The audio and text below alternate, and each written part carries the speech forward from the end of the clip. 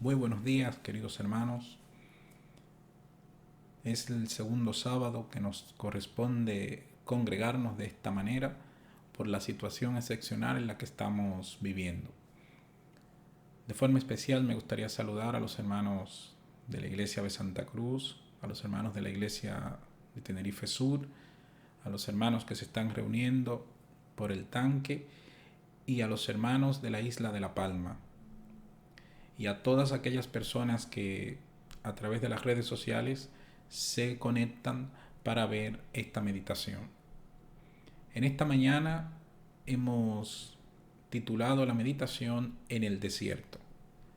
Será una meditación que en esta ocasión será la número 1. Posteriormente, el sábado próximo, si Dios quiere, pasaremos la número 2, que será el sentido profético del pueblo de Dios. En esta mañana quisiéramos compartir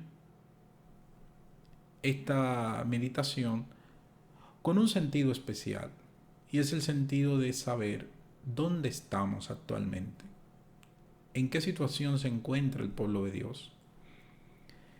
Me gustaría que me acompañen en lo que serán los textos claves que trataremos en Números, el capítulo 11. Allí tenemos unos textos que muy conocidos por ustedes, así que al ser conocidos nos permitirán hacer un análisis que pueda ser más sencillo y sobre todo más simple en su entendimiento. En el capítulo 11 del libro de Números, a partir del versículo 4 dice: La multitud mixta que se mezcló con ellos se dejó llevar por el hambre, y los hijos de Israel también volvieron a sus llantos, diciendo: ¿Quién nos diera a comer carne? Nos acordamos del pescado que comíamos en Egipto gratis, de los pepinos, los melones, los puerros, las cebollas y los ajos. Y dice el versículo 6: Y ahora nuestra alma se seca, pues nada sino este maná ven nuestros ojos. Son unos versículos que expresan queja, expresan un momento complejo, es un momento en donde con mucho dolor estas personas están expresando su sentir. No se sienten bien, no se sienten cómodos. Nosotros estamos en un momento que podríamos considerar complicado, un momento en donde cada uno está confinado en sus casas, y es normal que después de una semana pues probablemente hay una lista de quejas. Pero me gustaría analizar en el sentido espiritual sobre todo esta situación para que podamos nosotros extraer enseñanzas que puedan servirnos en esta situación que estamos viviendo. ¿Quién era la multitud mixta?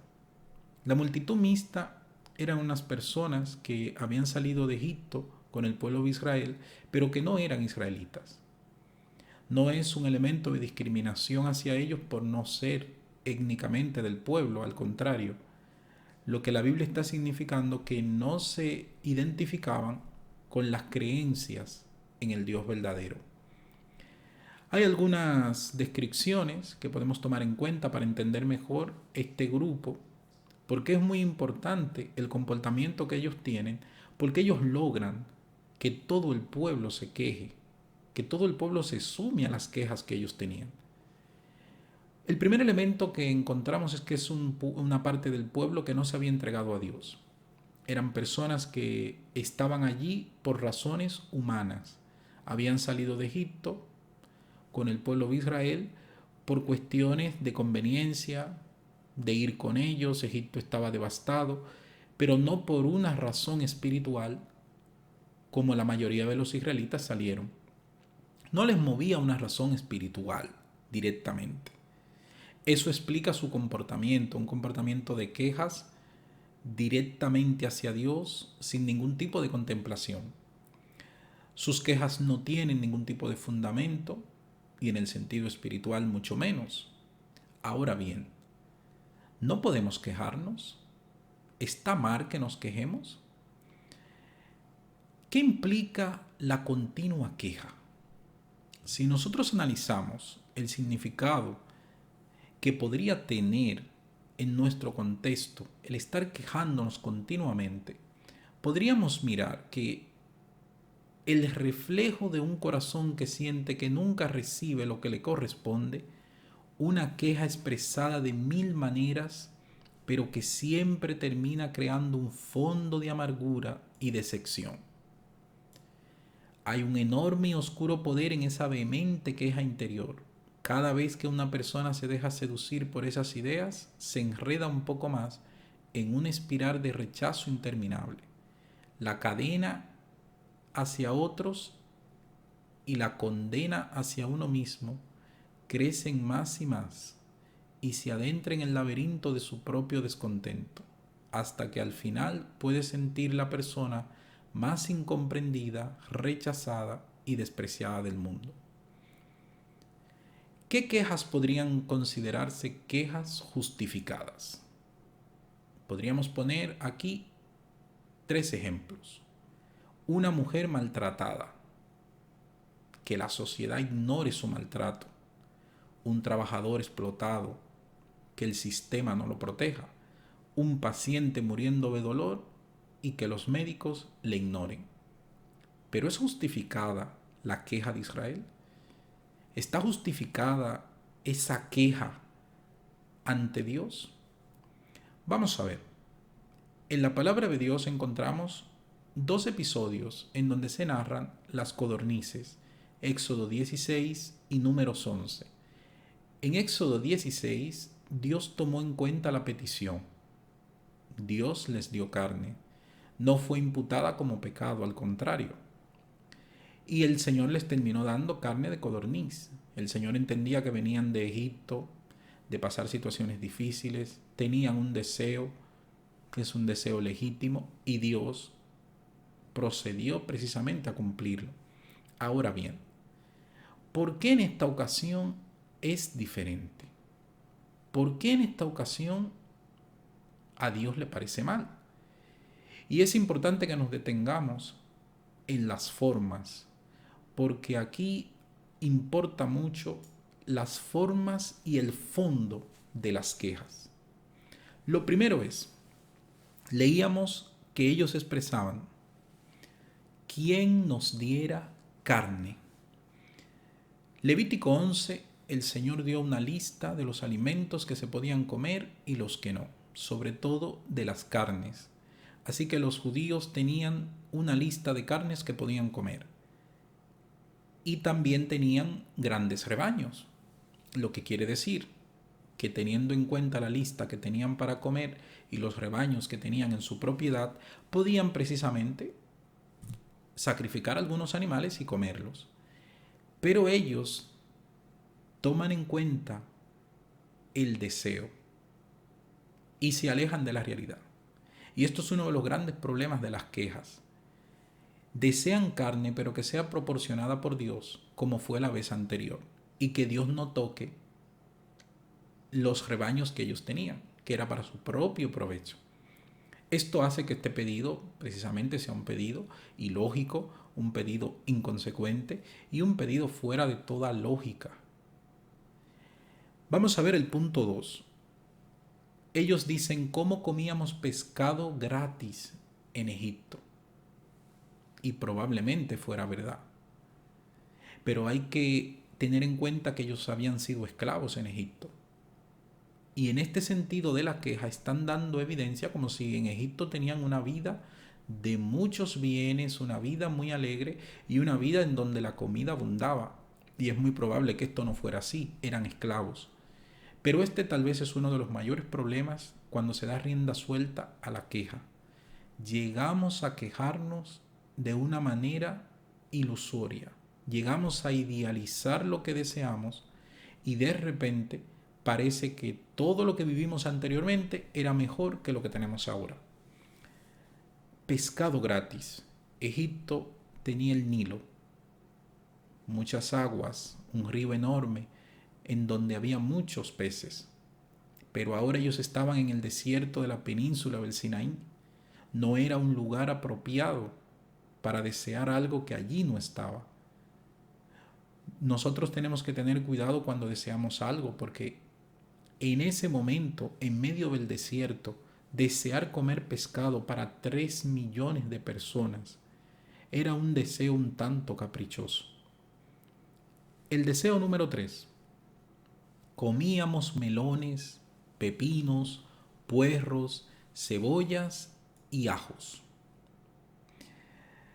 Son alimentos que, sobre todo en medio de un desierto, tienen que tener un pensamiento especial. Si estamos en medio del calor, pensar en un trozo de melón sería muy interesante. Y no descartamos que en Egipto ellos tuviesen la oportunidad de comer estos alimentos. Pero ¿en qué desierto del mundo tenemos melones, puerros, cebollas, ajos y pepinos? Probablemente este es un deseo totalmente descontextualizado de la realidad en la que estaban viviendo. Había que entender que el desierto era un espacio temporal en donde ellos iban camino a una tierra, camino a Canaán, donde todas estas cosas estaban de forma abundante. Pero el momento no es para desear lo que no tengo, sabiendo que eso no estaba allí. Era un momento especial para centrarse y concentrarse en la transitoriedad que estaban viviendo, para poder seguir hacia adelante y llegar al objetivo. Nosotros podemos mirar en el desierto qué problemas podrían encontrarse al vivir allí. Es importante tener en cuenta que un pueblo que esté de paso por el desierto tendrá frío nocturno, un frío extremo, calor en el día, de forma extrema también, animales peligrosos. De hecho, se evidenció en el momento que ellos fueron infieles a Dios, vinieron las serpientes. No fueron serpientes enviadas por Dios, sino que en el momento que ellos se apartaron de Dios, ya no estuvo la protección que siempre estuvo. Y entonces esas serpientes que nunca podían acceder hacia ellos, en ese momento vienen.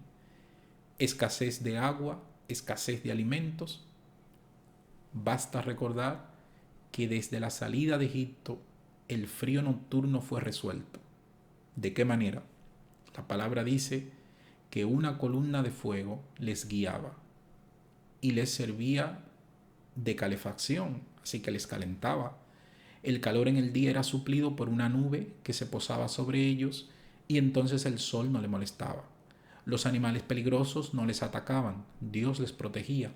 La escasez de agua, pues este es un problema en el que tenemos en la Biblia que hay varias quejas, pero cada una de ellas fue suplida. Siempre Dios dio agua. Y escasez de alimentos. ¿Tenía escasez de alimentos Israel? Pues no. Tenía el maná, un alimento especial que caía del cielo. Así que, si miramos atrás lo que hemos hablado antes, ¿realmente se motivaban estas quejas en hechos reales? Vamos a ver en qué consistía el maná. El maná, decían ellos, nos tiene reseca la garganta. Una de las razones para quejarnos es tirar por debajo todo lo que tenemos, todo lo que hemos conseguido. Y esto es un grave error.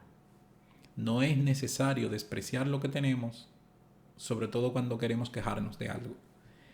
El maná era una excelente bendición.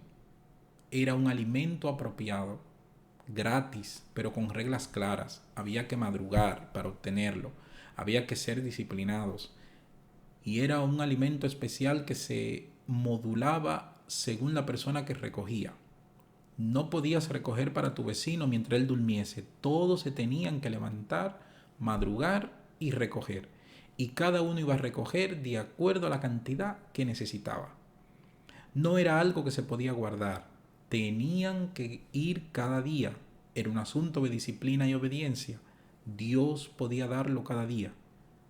Y el único día que se podía guardar era el viernes, que se podía conservar para el sábado, que era el día de reposo, y ese día no se salía en la búsqueda del maná.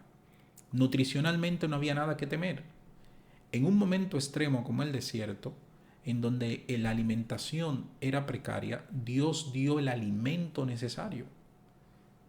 Y por 40 años no hubo desnutrición ni enfermedades.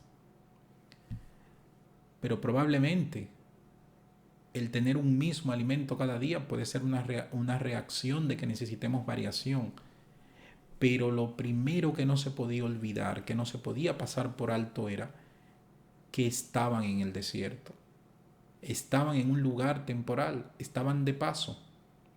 Y en un momento así, el maná era lo mejor que se podía tener. Nosotros tenemos que tener en cuenta que como pueblo de Dios, como Israel espiritual, nosotros estamos en el desierto. Nosotros estamos en ese espacio temporal. Nuestro mundo no es el cielo. Nuestro mundo es el desierto.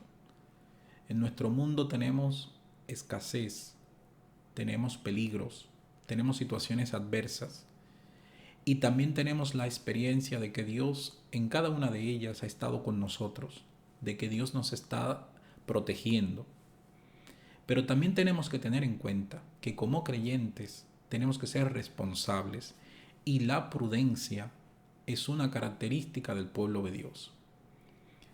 ¿Por qué a Dios no le agradó la forma de recoger las perdices, las codornices en este momento? Si nos fijamos, la Biblia dice que ellos estuvieron todo el día recogiendo codornices. Y eso ya nos da un dato interesante. Pidieron codorniz una vez, Dios se la dio. Pidieron codorniz otra vez, pero ellos pensaron, ¿qué pasa si Dios después no nos quisiera dar codornices? Pues lo que vamos a hacer es recoger toda la que podamos, las salamos, algo que sabían ellos hacer muy bien porque lo aprendieron en Egipto, conservamos y tenemos provisión para cuando queramos comer esto. Así no tenemos que depender de Dios. Es un pensamiento completamente humano, un pensamiento que se aleja de toda lógica espiritual. Nosotros tenemos que tener en cuenta, como hermanos, como creyentes, como hijos de Dios, de que humanamente el desierto es un conglomerado de peligros, es un conglomerado de situaciones adversas para nosotros. Pero basta con fijarse en todo lo que Dios hizo por su pueblo para nosotros darnos cuenta cómo Dios puede transformar el desierto. Dios sacó su pueblo de Egipto con mano fuerte, abrió el mar, los llevó a bien, los protegió del sol, los protegió del frío, los protegió de los enemigos, los protegió de los pueblos enemigos. Les alimentó, les dio agua y les alimentó con su palabra y su presencia. Nosotros mientras estemos en este desierto, nosotros podemos obtener eso también. Pero esto no está reñido con el ser prudentes, con no dar riendas sueltas a nuestras quejas, habidas y por haber, como si Dios no hubiese hecho nada por nosotros. Al contrario, en momentos de dificultad se hace necesario, muy necesario, que pensemos en lo que Dios ha hecho por nosotros, cómo Dios nos ha conducido, cómo su presencia nos ha acompañado en momentos difíciles. Es importante que si miramos atrás, sepamos que hemos dejado la vida antigua, hemos dejado Egipto, estamos en una especie de camino transitorio que nos lleva hacia la Canaán celestial. Y en el desierto pueden pasar cosas. Esta situación que nos está ocurriendo, esta enfermedad, no es para desmayar, es preocupante. Al contrario, es para tener confianza, seguir confiando en nuestro Dios, alimentar nuestra fe y sobre todo ser prudentes. Si nos falta la prudencia, podemos ser parte del problema en vez de ser parte de la solución. ¿En qué puede ayudar nuestra fe? ¿En qué puede ayudarnos la experiencia como pueblo? Sobre todo a poner confianza en la gente de que esto pasará, de que esto en las manos de Dios podrá ser mejor dirigido y que sobre todo las decisiones que se tengan que tomar con referencia a la población, que puedan ser decisiones tomadas de acuerdo a la voluntad de Dios. Nosotros tenemos que, como pueblo, poner la vista no en los episodios que nos ocurren, no en las situaciones que nos preocupan, sino mantener la vista en la Canaán celestial. Cuando el pueblo de Israel perdía de vista su objetivo, que era llegar a Canaán, comenzaba a complicarse la vida quejándose por situaciones que no necesariamente eran muy importantes. Cuando Dios les estaba dando el mejor alimento que se podía obtener en ese momento, ellos estaban pidiendo otra cosa que incluso no era lo mejor para su salud. No es mi deseo en este momento hacer un análisis de la comida, de lo mejor, de lo peor, al contrario. Probablemente en otro momento lo haremos. Pero en esta ocasión me interesa sobre todo poder enfatizar el momento en el que estamos. Las profecías, el momento profético que estudiaremos en la próxima ocasión, será muy oportuno para que veamos cómo las profecías se pueden ajustar a este momento que estamos viviendo. Pero sin prudencia, sin un sentido y visión espiritual, las profecías no van a encontrar un buen lugar en nuestra mente ni serán entendidas adecuadamente. Hace falta que nosotros nos fijemos en estas personas. La multitud mixta, su mayor problema no era que no era de Israel. De hecho, esto no era un problema. Su problema era que no confiaban en Dios. Y cuando no se confía en Dios, uno comienza a actuar de acuerdo a su manera. Es una pena que en ocasiones donde la fe tiene que ser el camino que marque, la luz que ilumine, a veces, por no entender adecuadamente los momentos, hacemos todo lo contrario. Queridos hermanos, queridos amigos, en este momento les invito sobre todo a identificarse con el momento y la situación que estamos viviendo. Recordad, estamos en el desierto, en un espacio temporal, guiados por nuestro Dios, independientemente de lo que nos encontremos. Si tienes miedo a tu enemigo, si tienes miedo a la situación que tienes delante, eso es legítimo, totalmente legítimo. Pero recuerda, no tienes que desmayar, no tienes que resolverlo por tus propios medios. Llévalo a las manos de Jesús, ponlo en las manos de Dios.